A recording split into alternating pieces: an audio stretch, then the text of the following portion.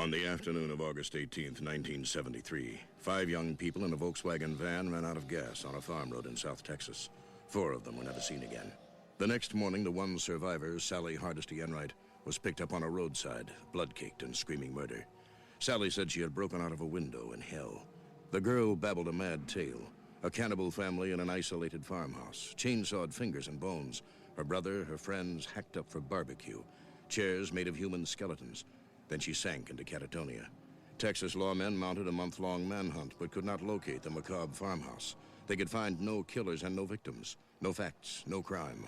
Officially, on the records, the Texas Chainsaw Massacre never happened. But during the last 13 years, over and over again, reports of bizarre, grisly chainsaw mass murders have persisted all across the state of Texas. The Texas Chainsaw Massacre has not stopped. It haunts Texas. It seems to have no end. Bum, bum, bum. Well, howdy, folks. Welcome on back to this Texas Chainsaw Massacre here. Are you making fun of my kinfolk? What can I do you for? Shut up. What can we do you for? I hate you guys. I tell you one thing, one time. Tell you what. I tell you what. I tell you what. This time we're going to discuss Texas Chainsaw Massacre Part 2 from 1986, directed by Tobe Hooper, written by L.M.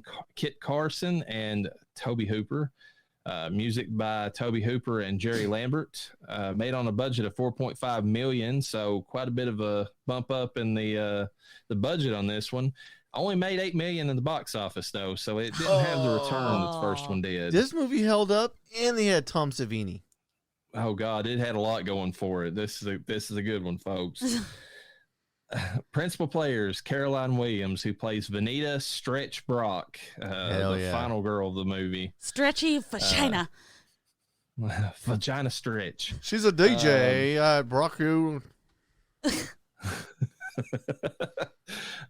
She was actually in Days of Thunder later on. How the Grinch Stole Christmas.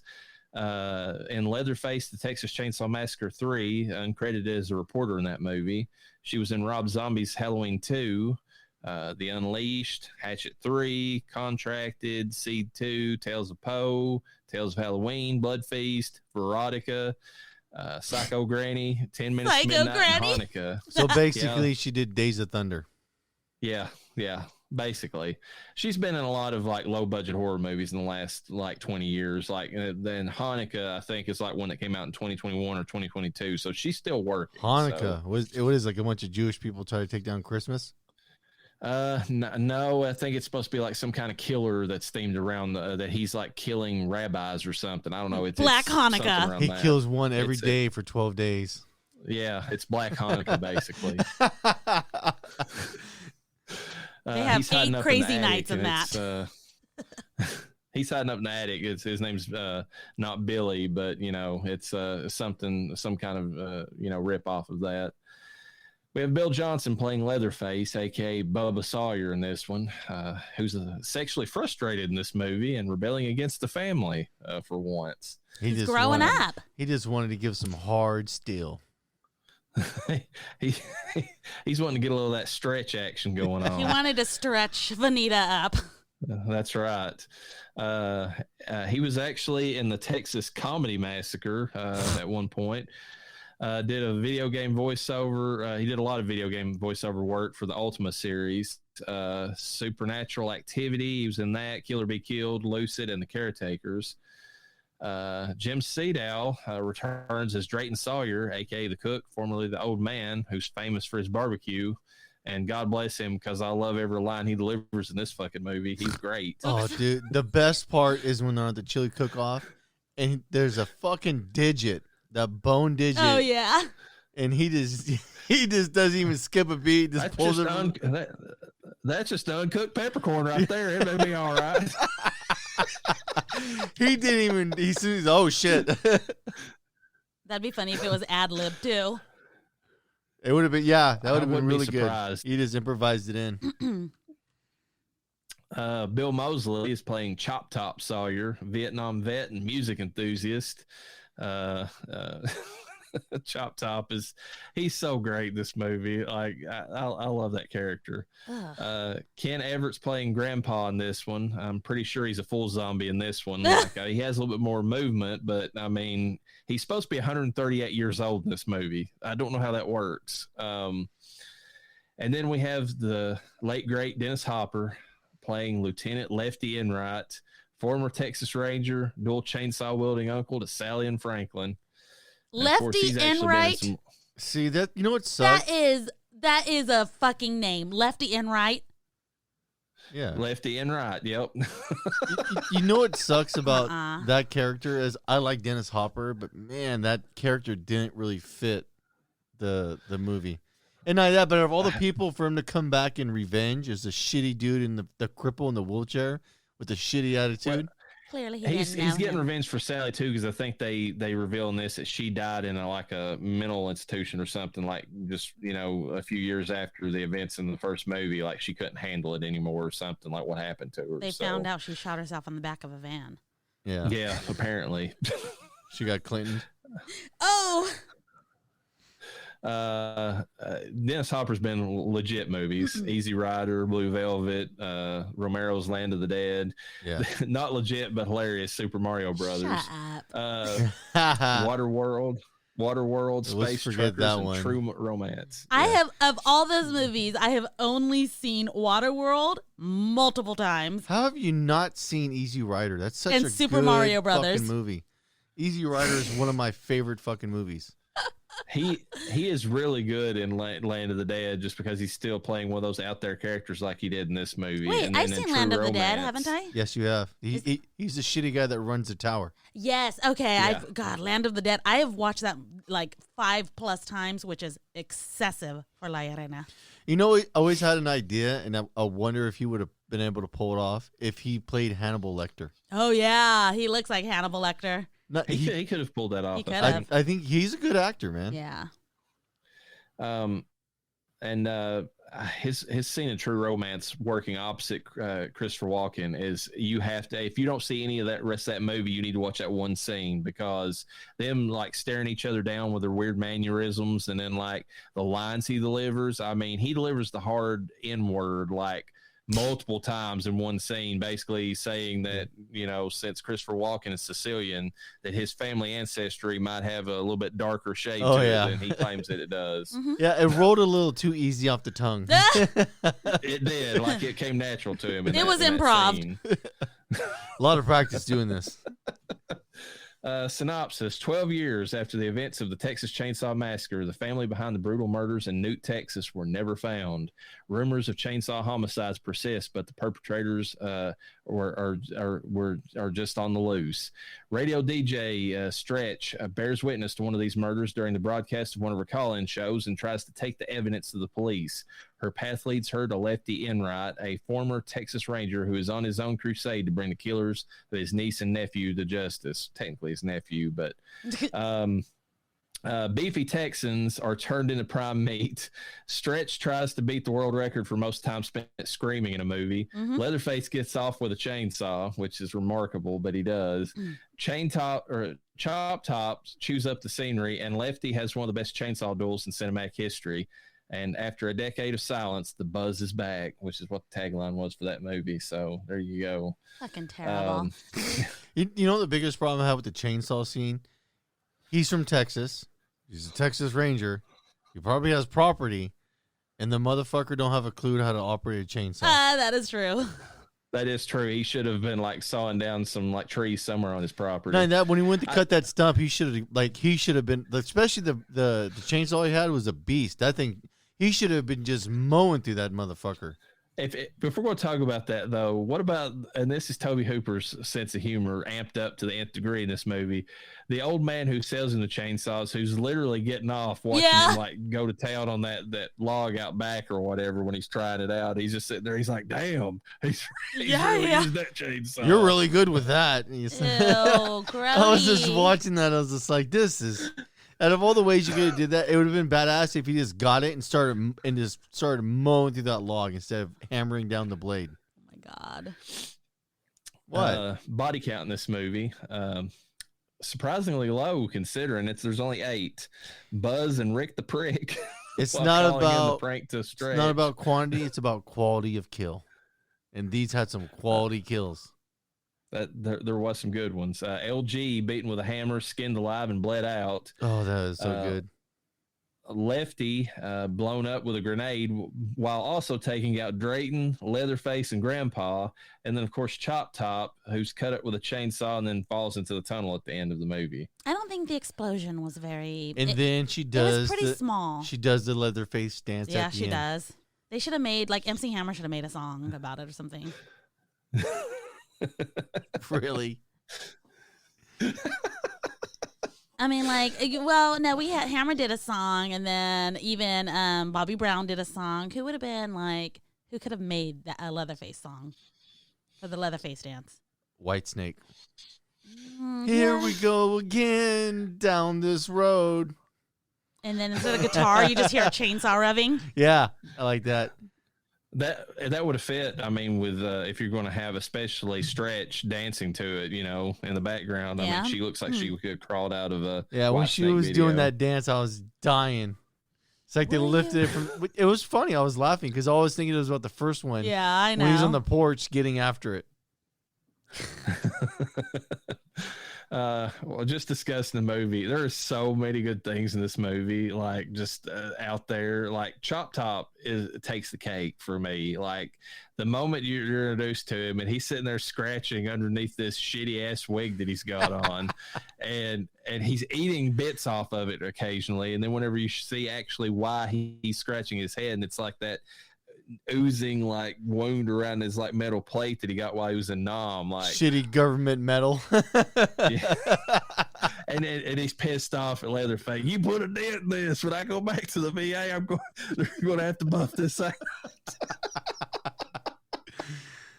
His character is so fucking good in the movie. Really? I hated him.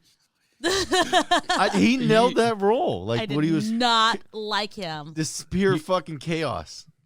You know how you got that role? He did a spoof of the Texas Chainsaw Massacre called the Texas Chainsaw Manicure. Oh shit. And he did the exact voice that he did for Chop Top in that little short film.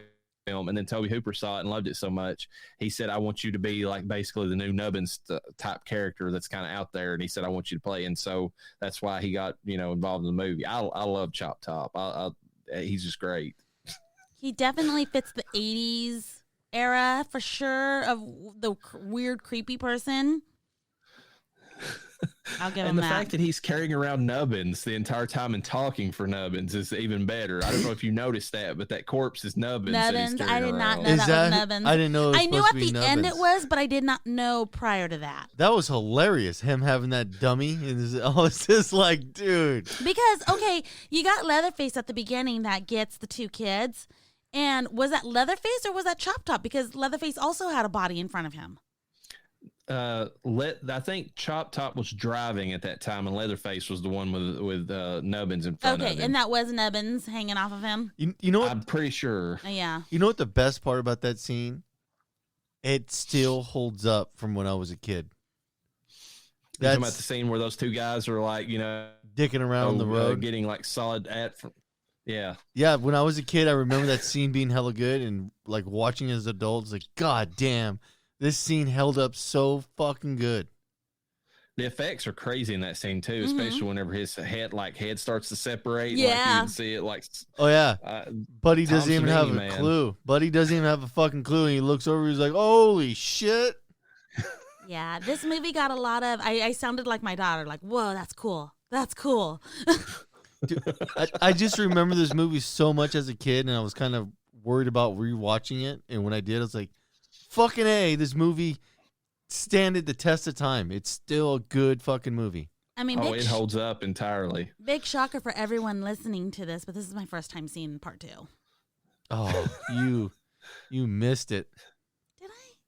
Yeah, because when you watch a movie when you're young, you're kind of an idiot, and then you get older and you rewatch and you realize a lot of them sucked, and then you watch the ones that actually held up. You're like, holy shit, this was a good movie.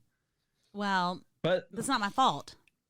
I'm not blaming The you. sad thing is, though, is if she does end up liking this movie, which we'll see, at least she was introduced to it at some point in her life, and it didn't like skip by, because nobody knows about this movie outside. You have to have it recommended to you. See, I've tried to get my wife to watch a lot of these movies over like the years, and she never wants to. And now it's like, let's watch all these movies. I'm like, fuck yeah, let's watch these movies. I'm They're not awesome. like there's no enthusiasm in a let's watch this film. It's like we have to watch this for the show. You feel that way. I know. Don't. So I'm don't, like, hell yeah. Don't make it seem like I've had this change of heart where I'm like, we have to, like, oh my God, I'm so excited. To me, I love rewatching these movies. It's I know you do. My favorite thing is when they introduce them introducing Chop Top allows Drayton that much more he can play off of, because he gets so much mileage out of reacting to Chop Top in this movie. Like, they're constantly going back and forth against each other. Yeah. Calling him nappy headed and you stupid son of a bitch. It calls him and Leatherface fudge packers at one point. I about died. Like, I was like, okay, I know you can't get by with this now, but like, that's hilarious.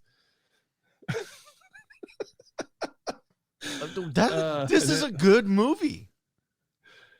And then the whole scene, which is, I've tried describing this to people, and they give me the proper response. But if you see it, and it's glorious for what it is, the scene where Leatherface is trying to romance Stretch with a chainsaw. Oh my God. Fucking. Wow.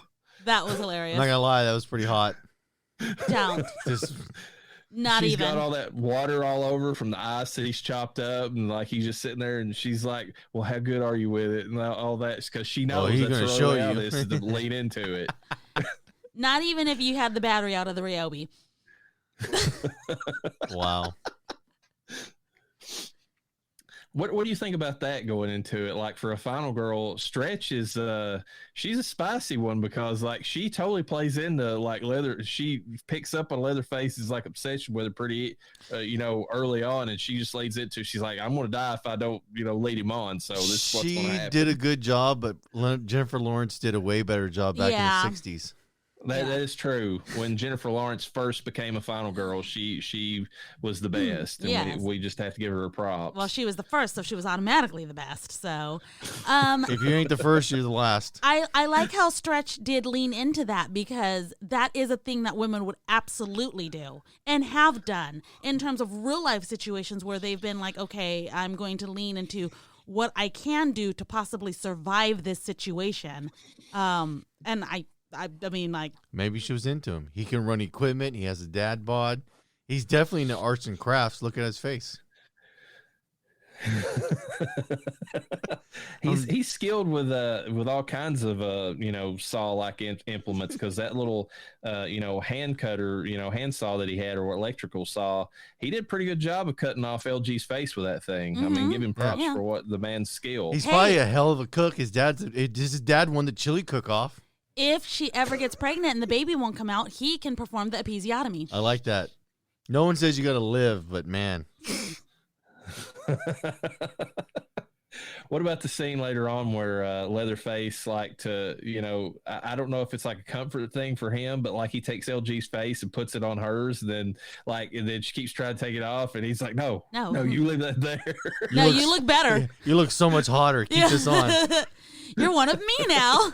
Yeah, that part was so creepy too, because when he comes up, you're just like, oh fuck, dude.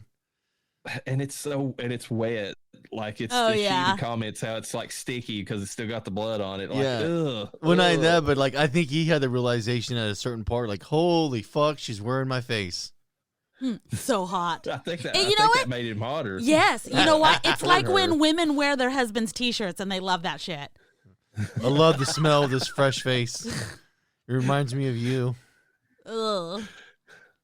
Let's just admit it, though. If it wasn't for fucking Lefty, she wouldn't have been in that situation to begin with. Why the fuck does he pick up like a rotted hand and hand to her? It's like, you grab this, little sister. You grab this, and crawl out of there. I don't think he realized that was a hand, because you had the epiphany afterwards. He looked at it, he's like, oh, shit. I think he thought it was a branch, and he's trying to extend it to her. Hold on. Side tangent here. We had a song picked out that we were going to play for the outro, okay, that it has to do with some part of this film. I'm sure we'll get to that. But I really think we should be playing Little Sister by Dwight Yoakam. I mean, he does say little sister quite a bit in this movie. He does. So. Little sister. It's like he has to establish that he's not sexually attracted to her when he probably is clearly sexually attracted to her. Well, wait a minute. Now I got to back you up on this a little bit before you go into like Luke and Leia territory, because according to Caroline Williams, in an unfilmed part of the script, there is a scene between Lefty and Stretch where she talks or tells him that she already knows his name because her mother used to talk about a Lefty that she knew, and it's very heavily hinted that Lefty is her, basically her father that didn't even know she's a bastard kid to him, basically. I'm so glad that got cut from the movie. Yeah, we didn't need that. that Little sister. I'm your sister. I'm your sister. She said that she that scene where she sits down beside of him, like on the steps or whatever, and like he's telling her that she needs to play the record or the recording or whatever, to kind of not revealing that he's wanting to draw out the Sawyers. But like, that scene where she sits down, she's like, she kind of looks at him. She says in her mind, the way she came from that character was that unfilmed part of the script. She was like eyeing him up and down. It's like, this could be my dad. Like that, who is this guy? That's how she, interacted with him as far as like her acting went. So, see, I think it should have been the angle of a little bit of sexual tension plays a little bit more. Like he's just a fucking outlaw type ex like ranger type dude or wherever the fuck. I think that is a little more the whole. That's a stretch. Like really, he's your dad, and you're like Stretch. Yeah. Like there would have been a good scene where she goes to the hotel room. They could have built a little more tension there between them, and it would have gave him, and like she could have made the move or whatever kind of, and he could have shunned her off, and then they could have played an angle like he used that as a way to get her to play it without her knowing that. That's true. I mean, I'm just saying that, technically, according to at least Caroline Williams' headcanon for this, she is the illegitimate daughter or whatever of Lefty in the film. So however you want to play that. But yeah, I mean, they don't reveal it in the movie, so it's not official. So, but back to the rotted hand that he was trying to rescue her with. He had a chainsaw. He could have he could have leaned that down. He could have gave her the handle and he could have held the blade. That's true. He had that long chainsaw. I don't know why he didn't attempt something that way. Had a 3-foot bar on it. And he does a terrible job later on because there's several points where she gets caught because of the shit that he's doing up top or whatever, where he's sawing through those fucking, support beams. She just ran into the arms of her boyfriend. It was totally fine. Yeah, but she was fine. But that kind of further plays into his character where he didn't really give a shit what was happening. He just wanted them, the fuckers, to go bye-bye. Well, and it was clearly established that he used her so that he could find them. So, and that's the other thing, when he said, to your point, when he sees her and she's got actually Grandpa did a good hit on her. Yeah. Like, I mean, she's got that bloody wound on her head. He takes one look at it and he's like, what the fuck? I'm just here to blow him up or to kill him anyway. So who gives two shit? Like, he doesn't react like he cares. Sorry, little sister. I mean, he tells her to get out of there, but that's about the extent of his, empathy. Run, little sister, run. I love that line though, because he says some of the batshit crazy lines in this movie. He walks in there after he says he's like singing some kind of song, and I'm the Lord of the Harvest. And then Drayton, not missing a beat, he's like, is that some kind of health food organization that's coming to move in on me? Goddamn hippies. You know what? This kind of establishes that, okay, so I know you had mentioned that you had asked about the first one being kind of a dark comedy. And it is listed as a horror comedy. That's the criteria of that film or the genre. But I thought after a while, I mean, this one's definitely more of a horror comedy. Like, it's out there comedy. Oh yeah, he takes every bit of the comedy in the first one and makes it, just lays it on the table for everybody in this one. And that was intentional because Hooper himself, like on that Shocking Truth documentary, said that he said for 12 years, he said nobody picked up on the comedy. He intentionally put it in the original Chainsaw movie. And he said when he got the chance to make the second one, he brought it out full bore. He's like, okay, it's supposed to be goofy, folks. Deal with it. Yeah. You know, like here it is. What did you think of the first kill? The dudes in the car. It was very well executed. I mean, I was kind of disappointed because Tom Savini reveals, like in the special features, that there's a scene where he built a device underneath, like, you know, the scalp to where the guy's head, like it was kind of like this balloon type thing to where it would like push the scalp off and you could see it like separating and then it would fall off. But he said that whoever edited the movie cut that entire thing out and just did a quick cut to where you just seen it's already sliced in half, you know, squirting the blood out. So lame. Yeah. He said that it was a lot cooler effect the way he did it originally. Oh, I thought it was badass, especially when the chainsaw just cut right through the fucking door. A beefy chainsaw like that would just fucking mowed through that thing. He talked about the effects he did for Chop Top, which are pretty good. He said that Bill Moseley was, helped him out immensely by shaving his head bald so that they could, he said it saved him like an hour and a half, like on applying the metal part of his skull or whatever, the metal plate to prosthetic. And then of course he said Bill Moseley was one that actually chose the teeth, I think, or wanted like some goofy teeth in there. Yeah, that really worked well with the character. And then he said that Grandpa, the guy who played him, they said that they did a lot different situations, so they didn't have like what happened to John Dugan, like it wasn't like he wasn't in the makeup chair for hours, and it was specifically Savini who suggested to do a close up on Grandpa at the end when he's like sucking on the especially like the bloody like coat hanger that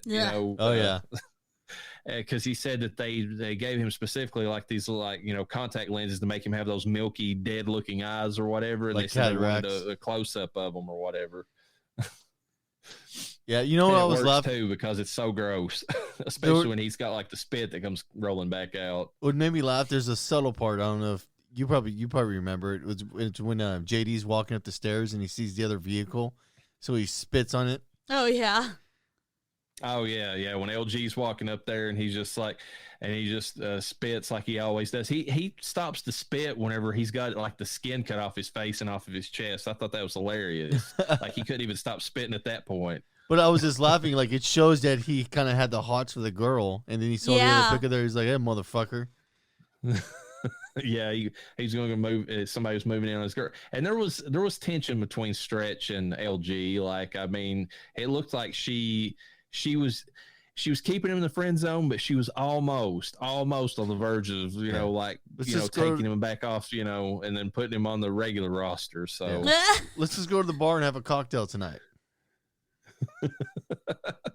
Yeah, I hated that for him too. I was like, damn, you were that close to getting out of the friend zone, and you got beat in the head with a hammer, you got your face ripped off, and then she was wearing your face. Yeah, a good old face closest that they were going to get to kissing.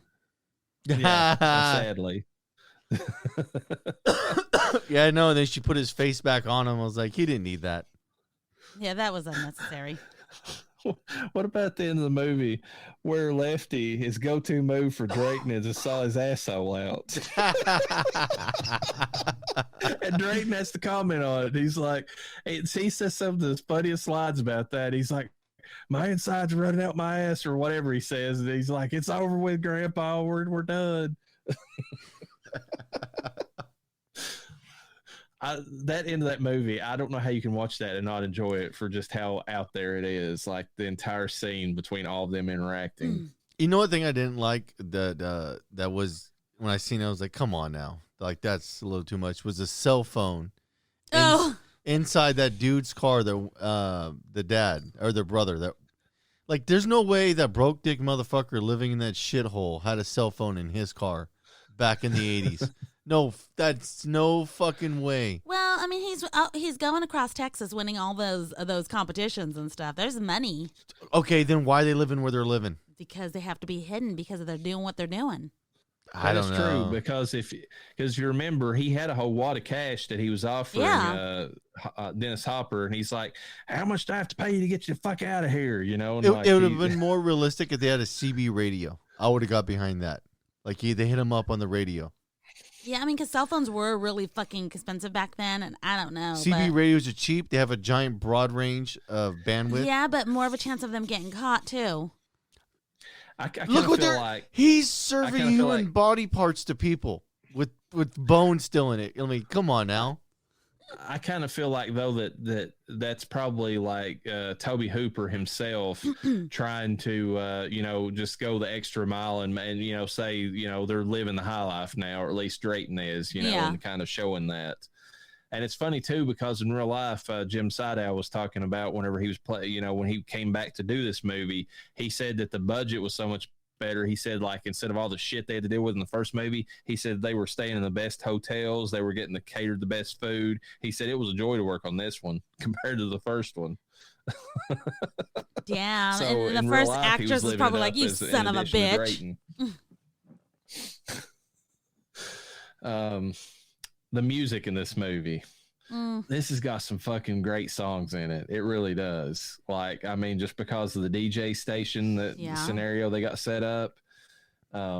Specifically, I thought it was interesting hearing the Cramps, the one particular song from Wednesday that has been blowing up, everywhere because of her dance. But that was crazy to hear, and I know you had given me a heads up, but you didn't tell me what song it was. You're like, "Oh, you're gonna recognize the song." Oh, my wife was like, "Oh my god!"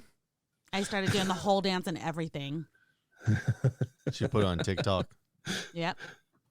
But there's a lot of psychobilly songs in this soundtrack. It fits the theme. It does, yes.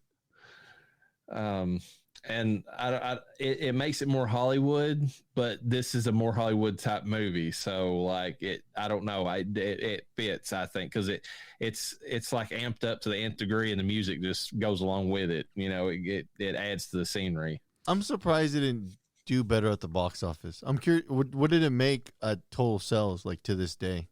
I'm kind of curious if they were able to get their money back on it.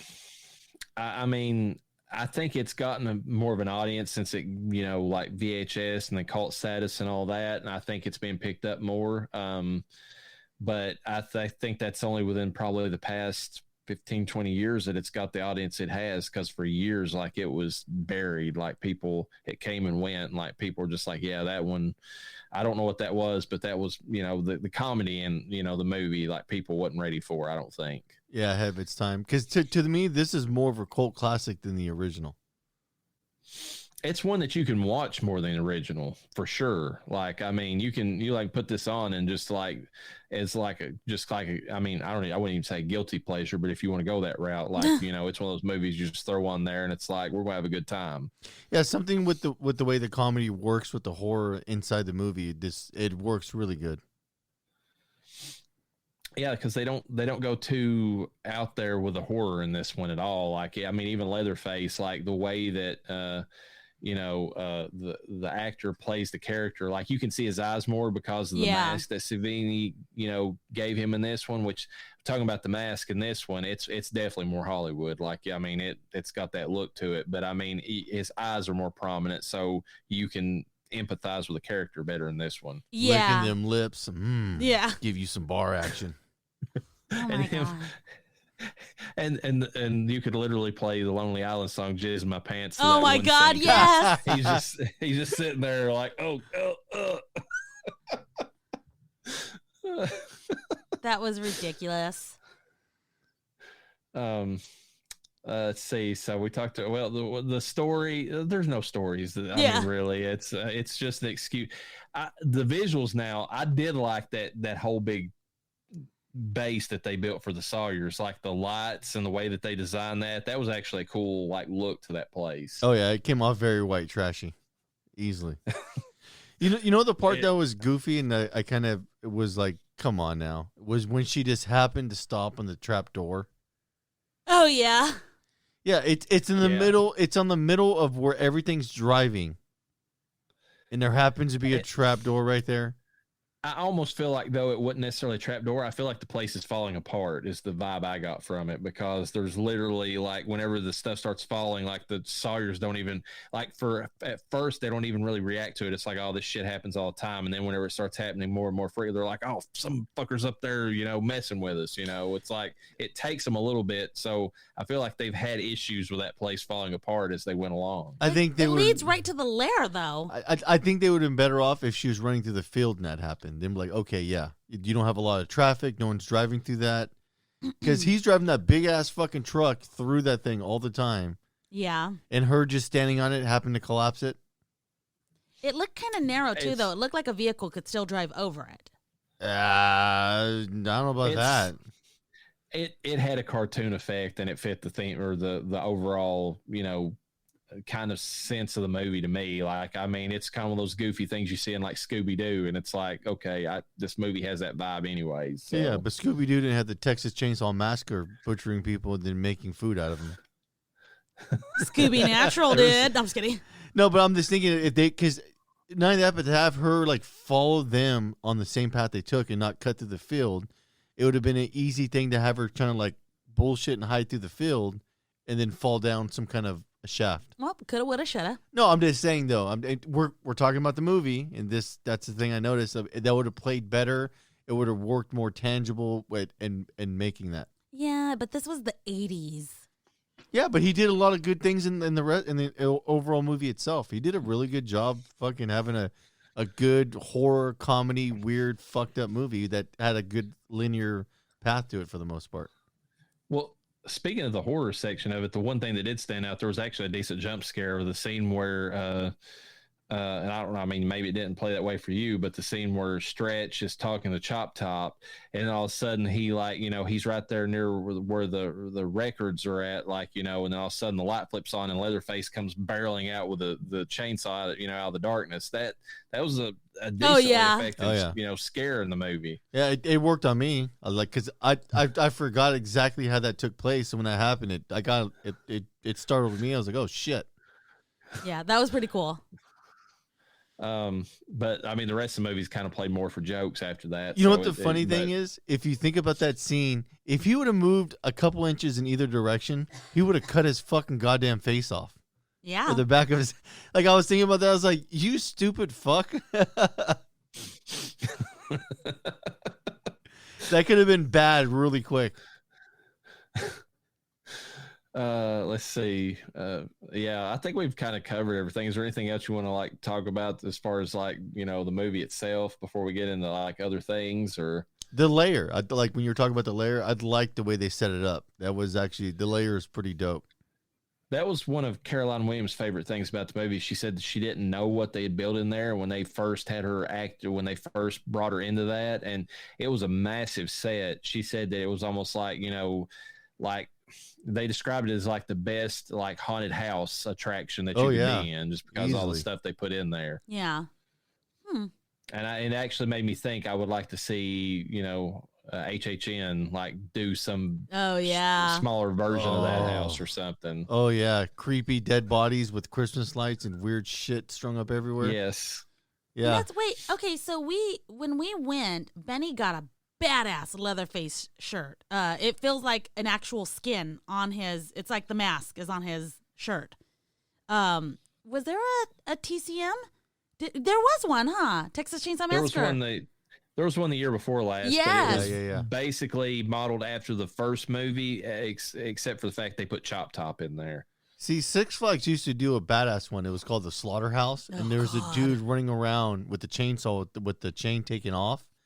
But it ran on a gas engine, so as you're going through the haunted house of the slaughterhouse, there's this smoky gas smell and exhaust fumes. It was badass. And he comes out of nowhere, which is insane because you think they gotta rev it up or something, or maybe you just don't hear it until it does rev it up. Yeah, there's so much additional noise. They swing that thing right by you. I pissed myself. Yeah, because you hear pigs and stuff squealing and farm animal noises, and all of a sudden, boom, here's a bar of a chainsaw just comes flying through the opening.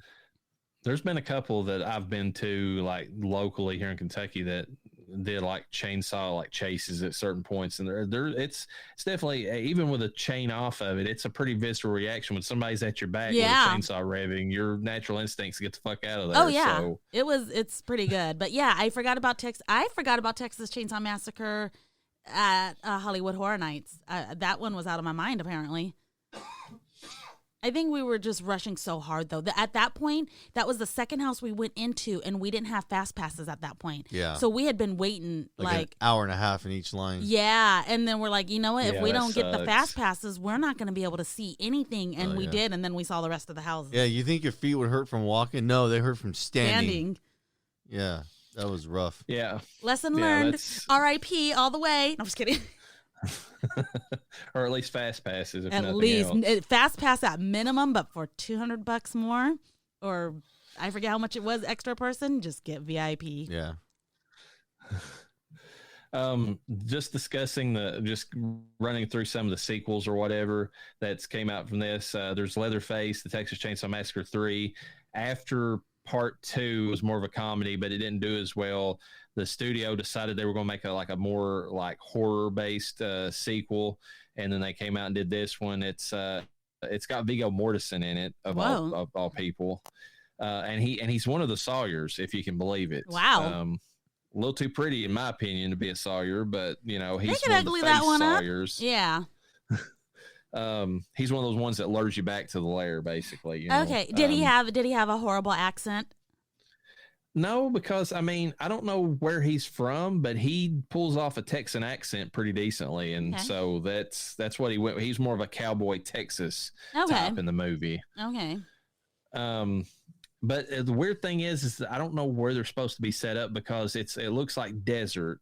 And there's like another stand-in for Nubbins in this in 3 that like runs the gas station, but he's very perverted. Like one of the female characters, when she pulls up with I think her boyfriend or husband or whoever he is, like the entire time that he's like filling up a gas tank, he's like, "Yeah, you like that going in? You like how it feels going in your tank? Yeah, I bet you do." You know, like one of those things. You know, he's. And then Tex moves in there, and he's supposed to be the good guy that's supposed to be like, "Now you get away from that pretty lady now," you know, like that sort of guy, you know. And it's like, you know, and then you can tell that she's kind of smitten by, you know, Viggo Mortensen's character at that point, which to be fair, her boyfriend's kind of a, you know, a nerdy guy. So I can kind of see why she would be ditching him. But it turns out he's a bad guy anyway, so it doesn't really matter. Ken Foree makes an appearance later on in the movie. He's this black survivalist that happens to get his Jeep wrecked or whatever by one of the Sawyers, and like he ends up kicking most of their asses because they fucked with the wrong guy on that one. It's an all right movie. The director even admits though that the version he had of the movie got cut to shreds by New Line. So whenever it came out, he said the movie's completely. He thinks he wanted his name took off of it because it said he was so fucking stupid. Whenever you look at like the plot, the way that it plays out, that it didn't even resemble the movie that he originally made. Wow. And it's got a weird setting. It's like they're supposed to be in like this desert type part of Texas, but then like the entire movie takes place over the course of one night in like a swampy like area that looks more like, you know, Louisiana. So I don't know where they're technically supposed to be holed up at, but and Leatherface, I don't know. They play him up. They show him cutting a woman's face off and then like piecing the mask together.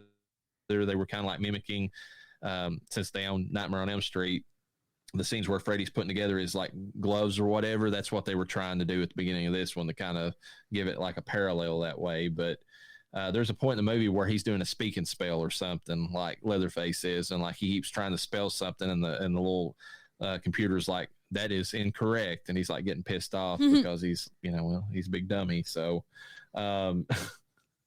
it's okay. I mean, it's got some decent elements here and there, but it's like one of those movies, like those horror movies, where it just feels like it's spinning its wheels. Like you keep seeing the same places over and over again, and it's like, you know, it doesn't really have much of a.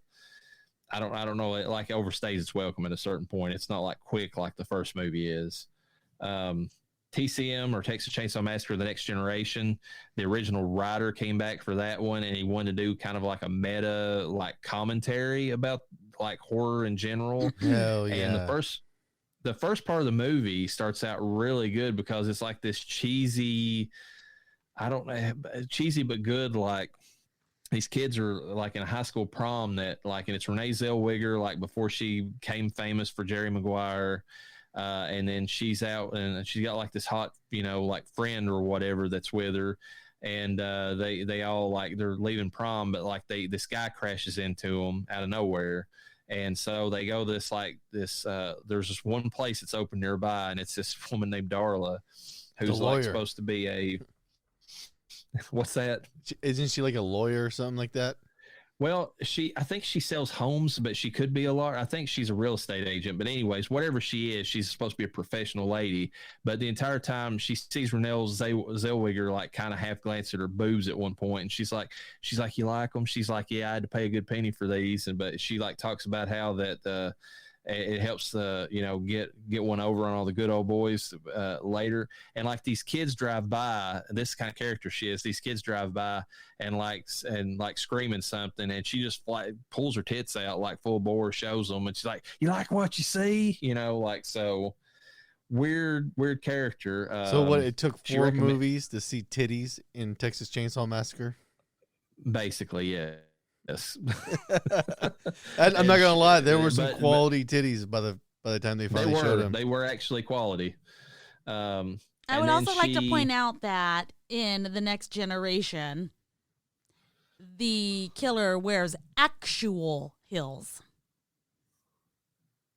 Yes, because he dresses up like an actual woman. That's the Leatherface in this one is full on transgender. Yes, woman. So.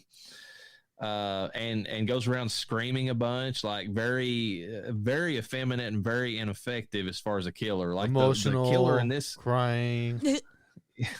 Like the actual killer in this movie, believe it or not, is Matthew McConaughey. He's playing like Vilmer something's his name, and he's another one of the. I don't think they're Sawyers in this one, but like he's one of the clan, and he's got which.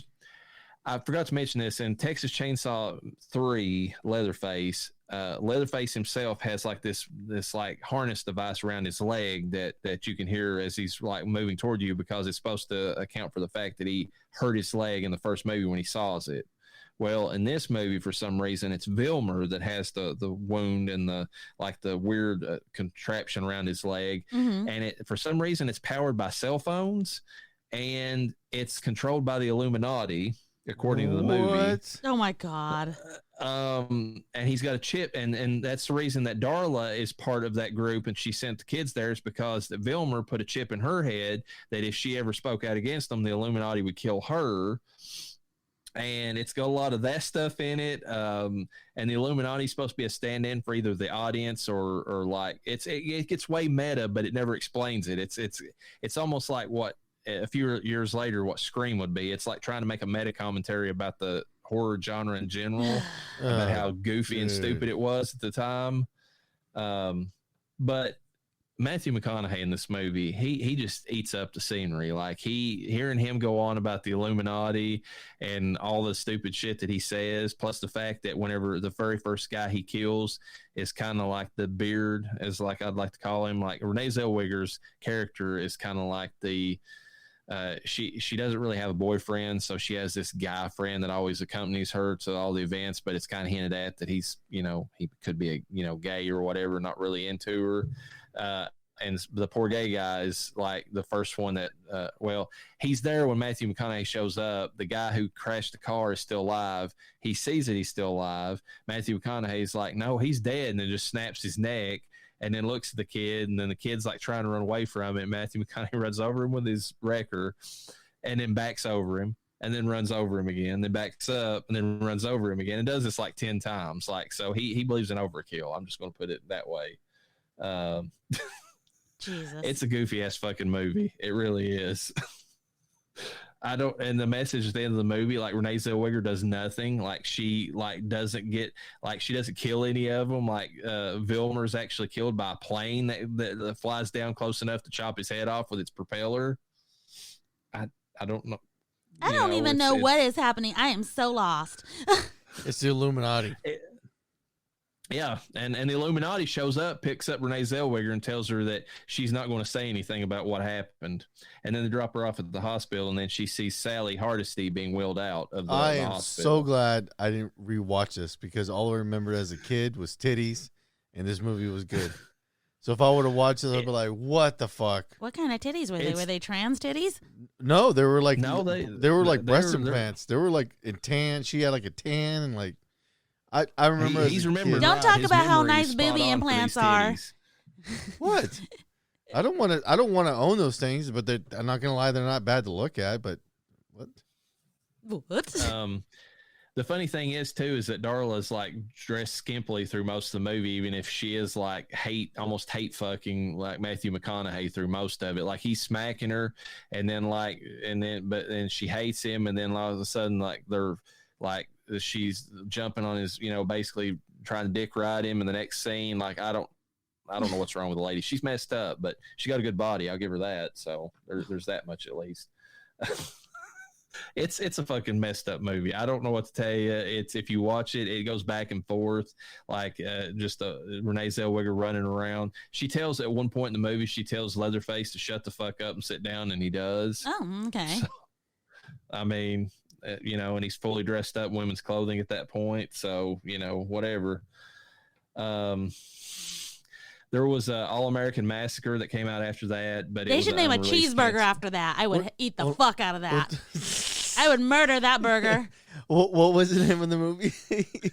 It was going to be All-American Massacre. It didn't really come out, but it was supposed to have been a spinoff of Texas Chainsaw 2 that would have featured Chop Top and Leatherface. I kind of wish that movie had been made, to be perfectly honest with you, because Bill Moseley as Chop Top would have been, great again.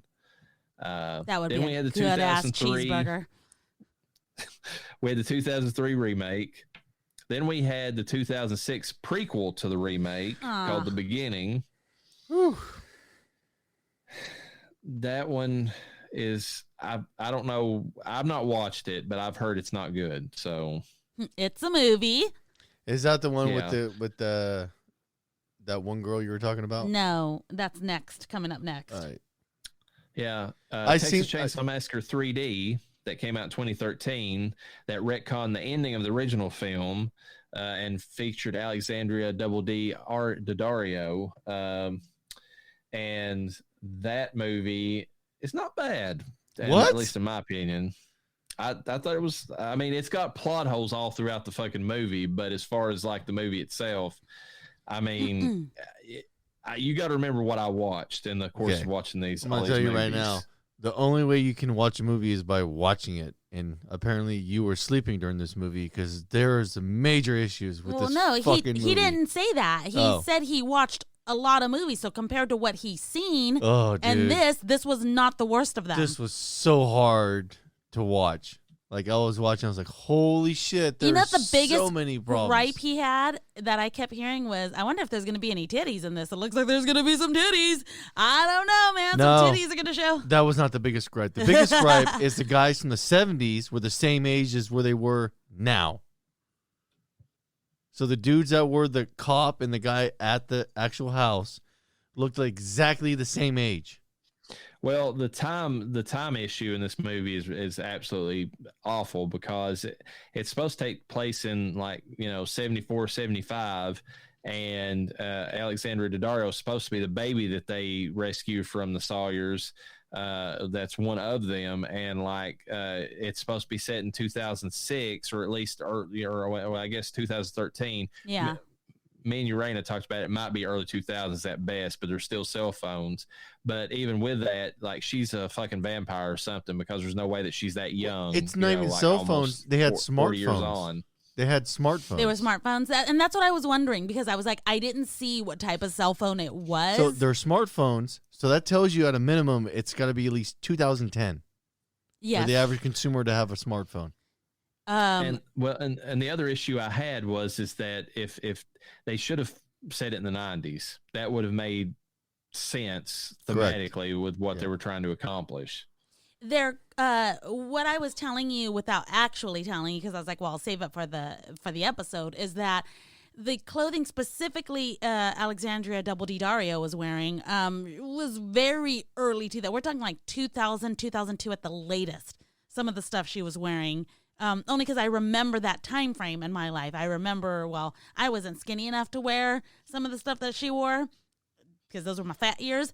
But my friends wore very similar stuff.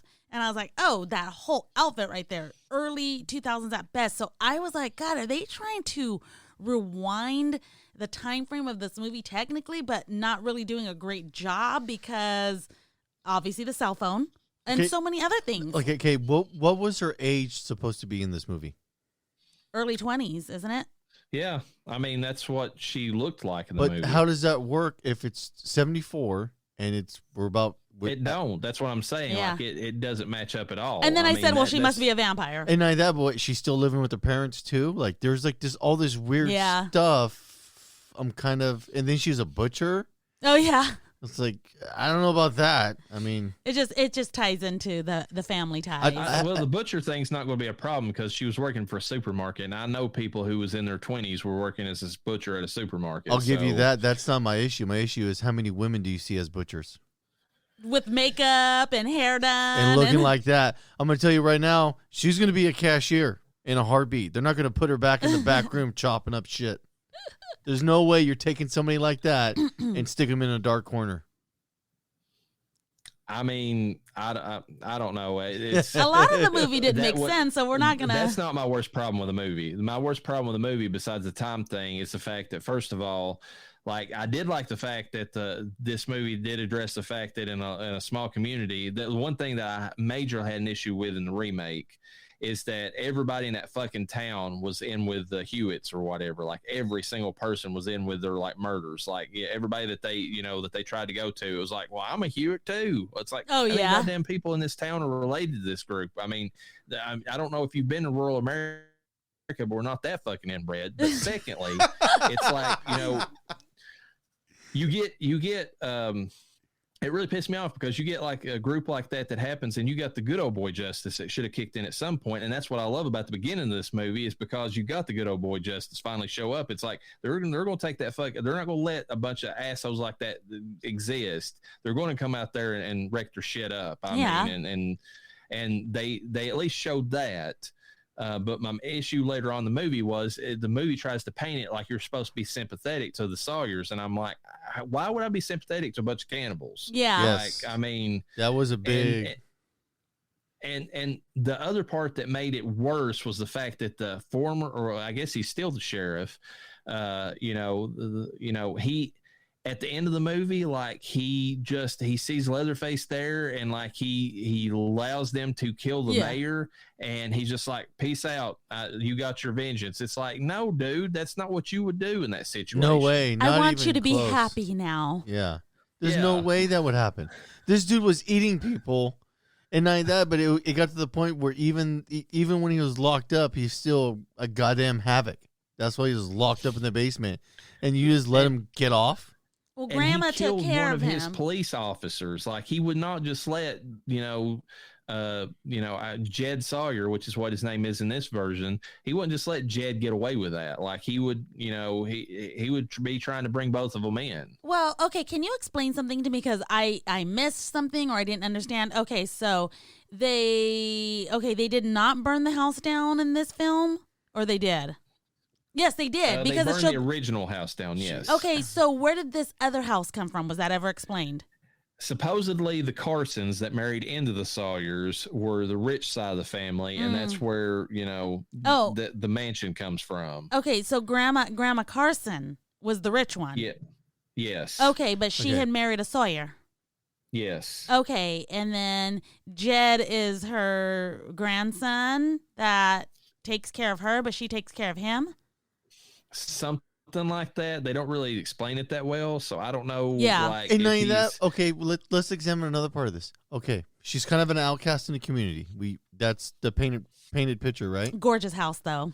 Okay, but she's supposed to be a heretic in the community because of the name or the past or whatever. Why is the house set up to entertain people? Because Grandma had that kind of money. Do you think Grandma's playing pool? Grandma's not playing pool. Okay, so who the fuck is a pool table for?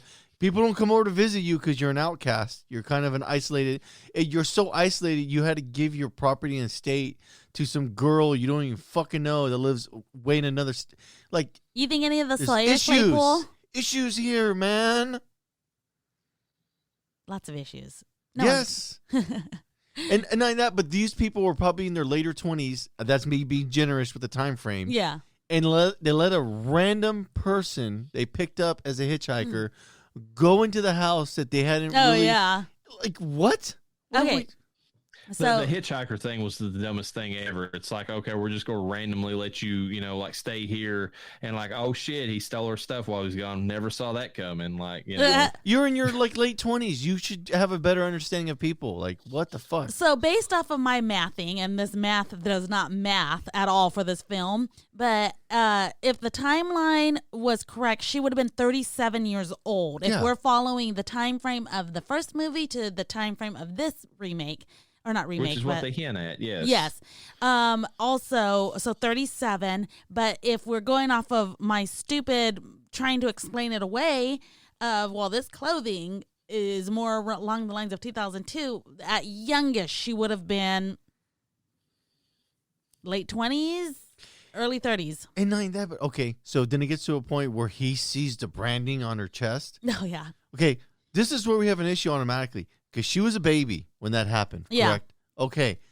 You know what happens to branding and stuff like that, especially in the years where your body's the most regenerative? That thing would have been gone. Oh, yeah. This It would have healed up quite a bit more than it would have. not only that, originally. the amount of stretching from being a baby to being an adult. It would have went from a half moon to a full moon, especially on that chest. It would have been a non-existent, non-recognizable mark. Do you think that was just their way of getting Alexandria DDario to show some titties, as she does in this film? She actually offered to show full titties. Yeah, they should have took and her they up on turned that. her down. It would have They salvaged. turned her down. He looks so pissed. It Reverend would looks so have pissed right now. salvaged the movie in some I'm capacity. very pissed about that. Yeah, it would have gave the movie some redeeming qualities. Would it have taken this movie from an F rating to a double D rating? Yes, easily. I wouldn't even argue that. So here's the thing, Noah. I'm not going to disagree with all the points with the plot at all. But there's two things about it. I watched Texas Chainsaw The Next Generation, and you didn't, so you didn't realize how fucking lousy that story is by comparison. I got to rewatch that And now. Ugh. Texas Chainsaw 3 is pretty shitty too, as far as like the overall story that's going on in it. The Netflix movie is dog Oh. shit. So, And you've seen that one. That is horrible. Yeah. So the fact that we've got Alexandria Daddario looking pretty fine in the movie and it's got some decent kills, I'm willing to let all the other shit go. And I'll grant you 100% all that shit applies. Like it's got dog shit story. You know it's what, though? terrible and like its plot, but like comparison to the other ones in the franchise, it's not the worst. And The that's sad to say, Netflix but it's one not. has some good fucking kills in it. There's some good, awesome fucking kills in the Netflix one. The one where they're in the bus and he's going hack and slash. That one does have some good kills in the movie, yes. Yeah, and not that, but when it first kind of starts, you get a better understanding of the murderer himself. But it goes right off the fucking rails like 15 minutes in. Reverend, are It's you kinda giving her goes- the hot girl pass? Are you giving this movie a hot girl pass?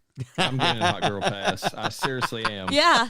And the fact We that joke she about it offered all to the show time. her tits in the movie and it came that close to showing them, I'm giving it a pass. I really am.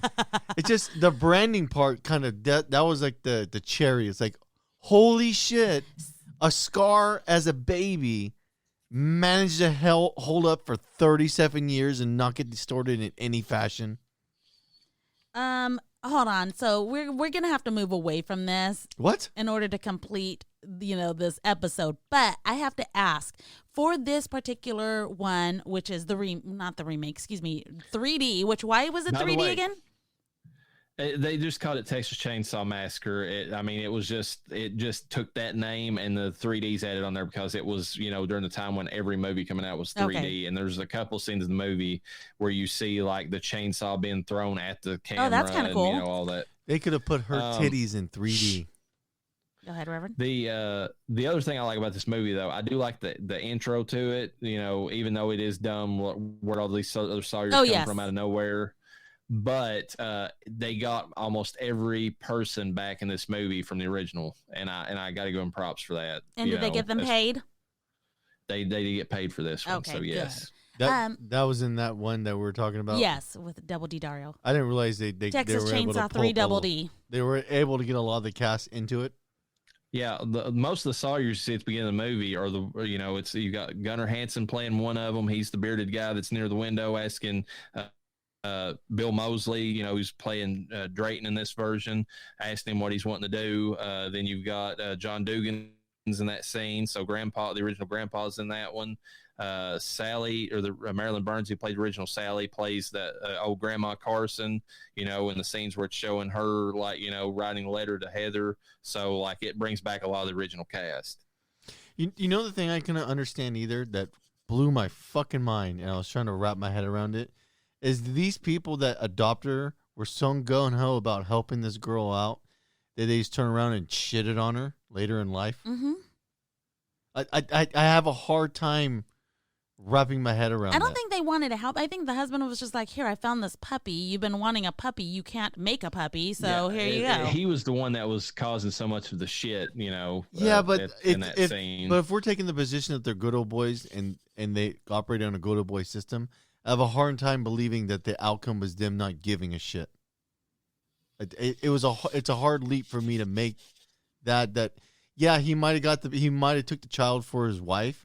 But when you take on the child, some kind of instincts are going to roll in as a guy, especially if you're a good old boy from Texas. Okay, well, I mean, you're enough of a stand-up person when you understand there's a fucking animal that lives in your community that you're wanting to do something. You're trying to make anything in this movie make sense when nothing in this movie really made sense. That's true. So the plot is nonsensical. Yeah, you can't sit here. You'll pick apart the whole entire movie, and like I said, it's hard not to. For time frame, we have to move on. But everything, there's a lot. It's hard. It's easier to pick out what maybe went right with the film because there's less of that. Okay, it's way less of that. If you had to point out a good kill in the movie, what would you say it is? I would say, I'm trying to think. When the boyfriend dies in the car crash, it was more realistic.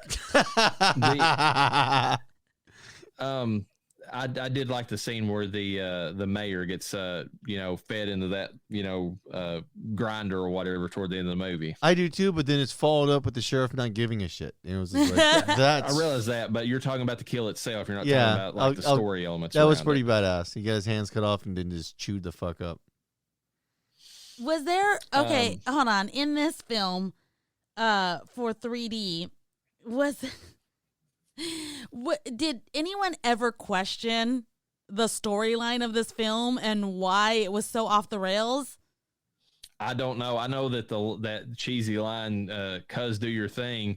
Cuz do your thing. Dario did not want to say that line because she thought it was stupid, and the director's like, "No, I want the movie to be goofy," and she's like, "All right." The director sucks. No titties and a horrible line. There's no way that character growing up in another state, a totally different environment, would make a fucking phrase come out of her mouth like that. No, absolutely. It doesn't match anything. Okay, the actress even admitted that it was a dumb line, like she shouldn't be saying it. So. Again, we're not going to try to pretend that anything made sense in this film. It's not that we're talking about it, and there's so many weird fucking things. Yeah. Like, it doesn't, like, the things that happen don't match the characters. It's almost as if they were on some bad psychedelic or something and came up with this movie idea and didn't logically think it through and was like, nobody will know. How are they going to know?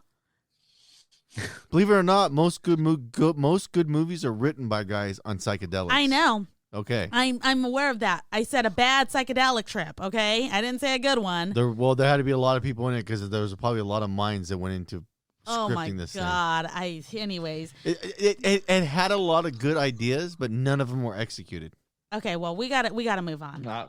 I'll agree with you on that. Leatherface 2017 tells the story of a teenage Leatherface. I've never watched it. Are you serious? Never watched it, no. Oh, man. Okay. Yep. I think you would like some of it. Like there's some redeeming parts, but overall it's a pile of shit. Okay. It got pretty good. Oh, wait. Well, okay. 72% of Google liked it. 5 out of 10 IMDb. Let's see Rotten Tomatoes, the audience score. Yeah, we need audience Nope, reviews. audience score is right next to Tomato Meter. Tomato Meter gives it a 27, audience 24. That's about right. Yeah, I've heard that it tries to fill in too much of the gap for Leatherface is the biggest problem with it. Like, you didn't need to explain that stuff about him. Not only that, but once you go down the path of trying to explain cannibalism and pure psycho behavior, you're on a slippery slope where you need to do a really good job of trying to pull it off. And if you don't, then it just it's horrible. That's they got a Nub and Slayer in trying here. to make you empathetic towards some cannibals when it's like, why am I supposed to be, concerned that these people got shot the fuck up and set fire to? Like, they kind of deserved it. So, you know what movie did a good job of filling in the backstory of a character, and it was done vaguely, but it was done with enough to give you a tangible position, was Rob Zombie's Halloween. I think they gave you enough of him as a young kid being fucked up that they didn't go into detail. They just give you enough of a rough draft for you to piece it together. Even with that, I still prefer not knowing anything about Michael Myers. Yeah, I agree. But if you're going to do it, I think doing it in a vague way that touches on key instances kind of gives you enough where you can, okay, I understand where we're going. Yeah. And then to round out all the movies in the franchise, the TCM, Texas Chainsaw Massacre 2022 Netflix movie, the kills on the bus. That's the best thing about that movie. Everything else is pure stupidity, especially what they did with Sally, bringing her back. I know it's a different actress playing her, but like, I did not care for, it's like they basically brought her back just to kill her, and they were trying to make some kind of commentary. It's like, these old bitches coming back wouldn't do anything. Laurie Strode coming back, she wouldn't do shit to Michael. It's like, all right, if that's your comment, that's whatever. But I mean, it plays out like shit in the movie, so I don't really want to watch it. Yeah, that movie, like, it's good for about 15 minutes, and then it just goes fucking way off. You're like, oh my god, dude, that was bad. The worst thing for me is that it was directed by the same guy who directed the Evil Dead remake, and I know that you've had issues with that, I think, but like, I as a remake, I thought that the gore and stuff like that was like hyped up, enough to where I enjoyed it, and I just, like, I don't know what he did, like, but he did not.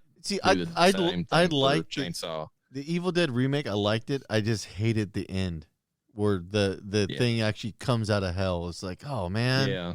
That was like the one gripe. But overall, the movie itself is good. The story's good. Like, all the different stuff happening was good. It's a good horror fucking movie.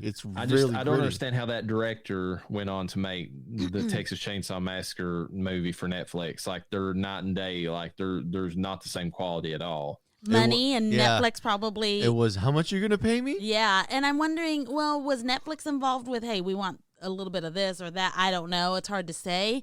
Usually Netflix wants to succeed. You know what my biggest gripe about some of these movies they do when Netflix gets involved? There's too many people that operate in the LA bubble. They get involved with doing these. So it ends up being a movie about the bubble. But they just transplant whatever villain into the equation. So they make the movie about the bubble, and then they fill it in with the story of the Texas Chainsaw Massacre. But you're still stuck in the idea of the bubble of Hollywood. You just put some paint on it, is what it comes out being. That's a lot of times. Speaking of paint, let's get on to these masks. What? Yeah, so what's your thought? We pulled up the Screen Rant article if anybody wants to, follow along and, like, just kind of looking at the different versions of Leatherface throughout the years. And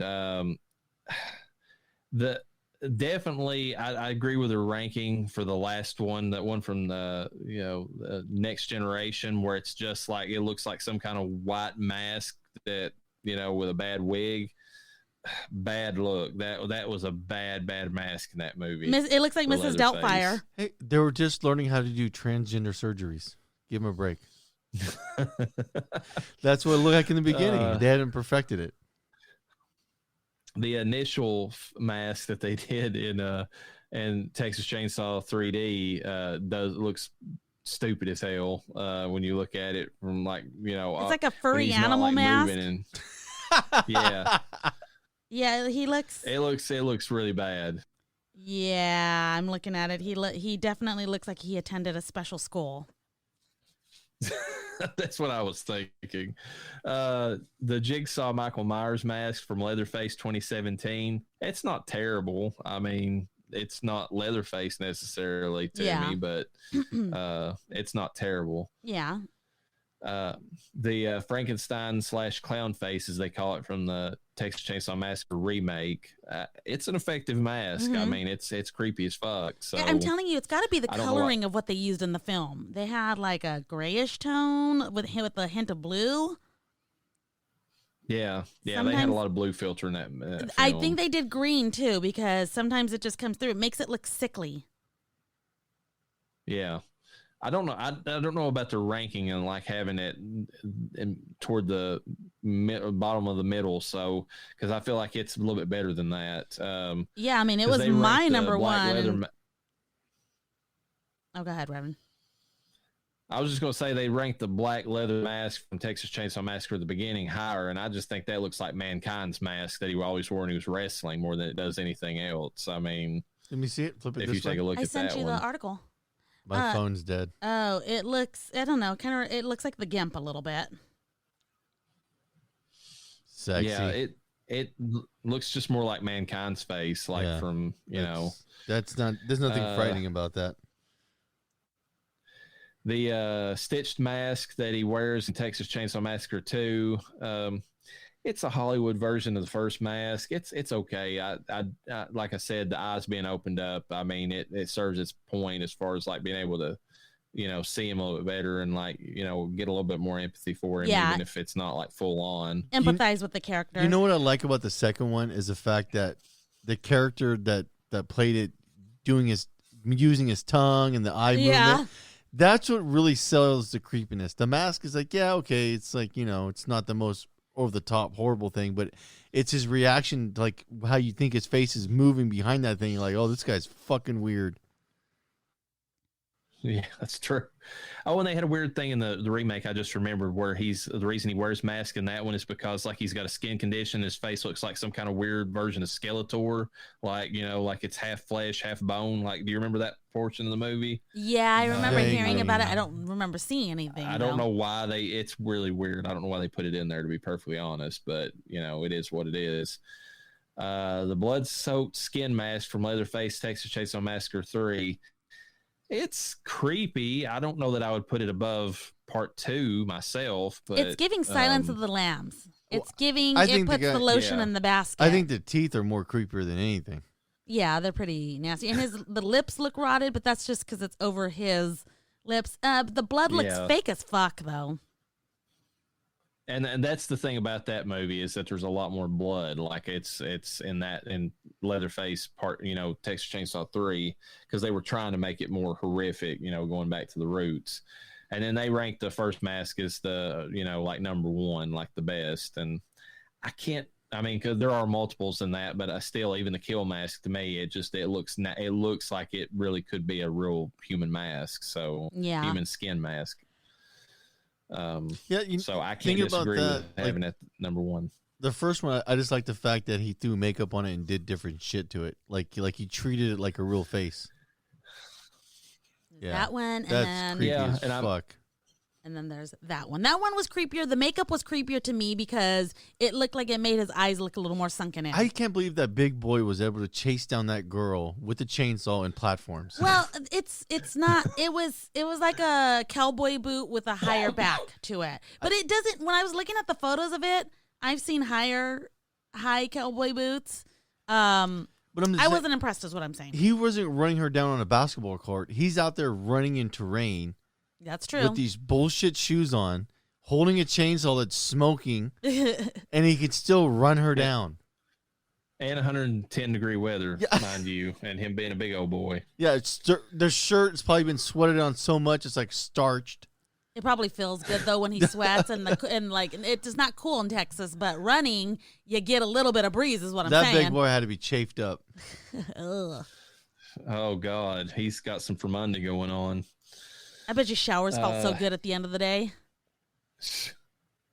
Do y'all want to hit the trivia up for the various movies while we're at it? Yes. TCM2. So the corpse that Chop Top and Leatherface carry around is Nubbins. Nubbins. From the first movie. Nubbins Sawyer.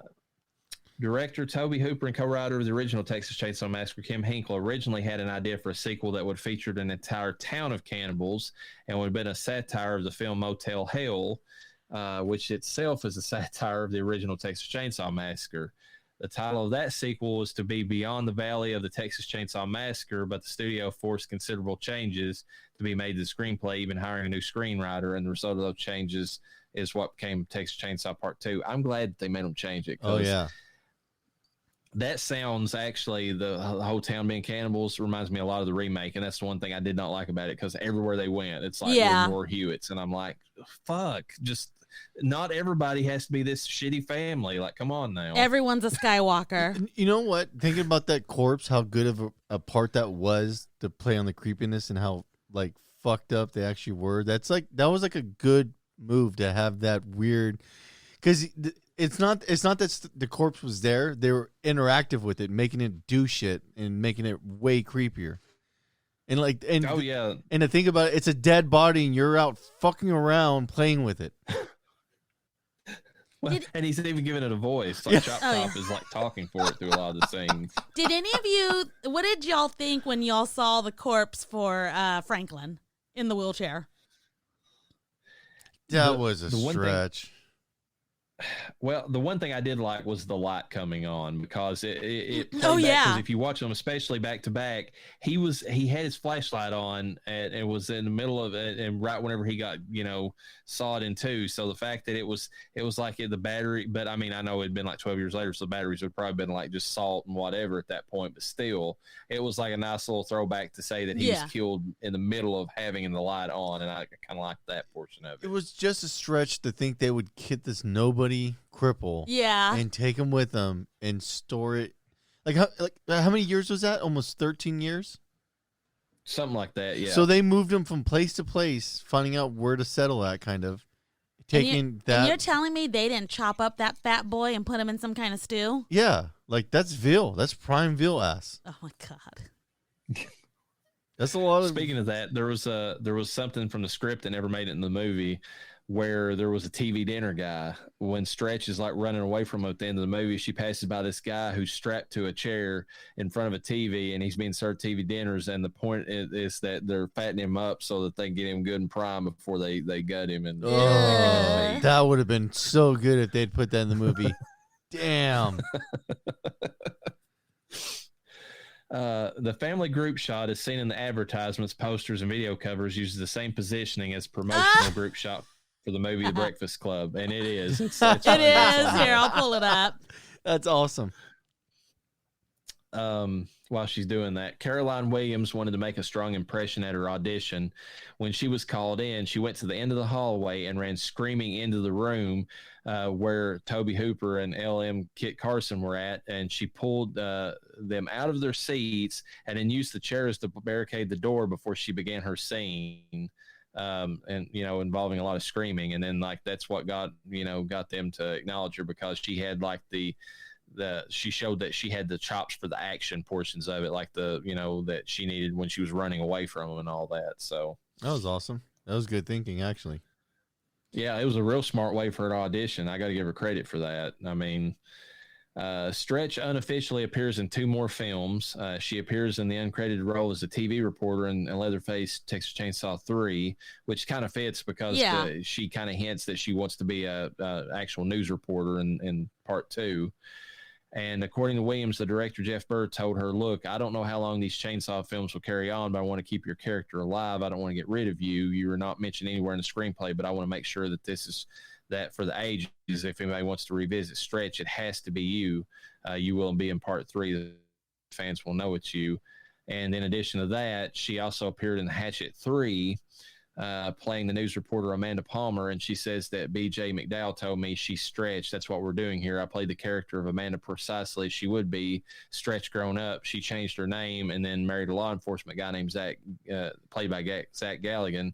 And she split with him because she's a woman who's obsessed with pursuing these legends, these myths, which are in her mind are not myths. So basically, they're hitting that in Hatchet 3. The character she plays is Stretch, but just under a different name, which is kind of interesting. That's a pretty good story arc, actually. This an ambitious woman who's doesn't want to settle down. I actually like that kind of idea. Yeah, and the fact that she would change her name, too, because after the trauma she went through, it's kind of like you said, that she would have a mark against her by the general public, so she would want to kind of get away from that a little bit. Oh, yeah, easily. I could see that, especially being in, like, a more of a rural area of Texas. You don't want to be, like, as an outcast. And that'd be a way to get away from those roots. Many fans of the Texas Chainsaw Massacre 1974 disliked Part 2 due to its emphasis on gore and wacky humor. Toby Hooper has argued that black humor was also present in the original film, but viewers did not acknowledge it because of its shocking content. So that's the reason it didn't do as well. People went to watch it and they're like, what the fuck's this comedy going on? Like, that's not what Chainsaw's about. But that's the weird part. If you watch the brother who ran the shop, he very much is that. Like, it's over the... He's the same character. Like, they just amped him up a little bit. Leatherface, Texas Chainsaw 3. So director Jeff Burr was fired at the beginning of the production. When nobody else accepted the job, he was rehired. He claims that he was probably the 50th director offered the job, as many others, such as John McNaughton, Peter Jackson, Tom Savini, and many others all turned it down. He also claimed that New Line forbade him from talking to Toby Hooper, but he never found out why they didn't want him to talk to him. The film trailer was done before they even had a director and before the production started, so that's a bad way to start a movie. You've got a trailer for a movie that's not even filmed. The original script was much more brutal, explicit gore sequences. The producers objected to many of the scenes, one of which had a nude man being split down the middle while hung upside down. Hello, Terrifier. And demanded extensive changes to the script to reduce gore and violence. Further cuts had to be made to avoid an X rating after the film was finished.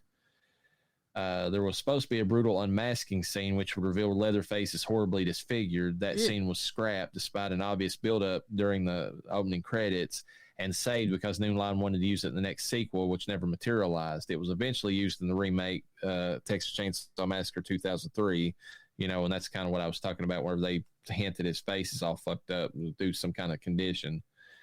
And it's the only Texas Chainsaw Massacre movie not filmed in Texas. It was actually filmed outside Los Angeles, California, which might explain its weird setting where it was half swamp, half whatever. The farmhouse and the gas station were sets built for the film. Texas Chainsaw Massacre: The Next Generation. This film would be the last film in the series where Marilyn Burns portrayed Sally Hardesty, although only as a corpse. She would only reappear in Texas Chainsaw 3D as Sally via archive footage and as a completely different character named Verna Carson. Due to her passing in 2014, she would be recast with Owen Ferrer as in Texas Chainsaw Massacre 2022, which I don't feel like that lady did a good job as that character. What do you think, Noah? No. That movie, dude, it's just, I get really worried about the stuff Netflix is attached to sometimes. That's my biggest gripe, because it's only like a 25% hit accuracy on something good. Like a lot of times it's bad. Like I don't know what a lot of their what is that? It's a Texas Chainsaw Massacre meme. Oh my God! When Boygs hug you from behind and it's Pam being drugged back into the house. I get so worried about when Netflix does something, because the accuracy of them actually hitting a good market is only like 25%. But the 25% back to bottom too. That's the reason their numbers are so far down too. But the thing that sucks too is when they do something good, it's like really good. But that's like 25% of the time, and it's just. It sucks. It's a bad batting record, I'll tell you that much. Oh yeah.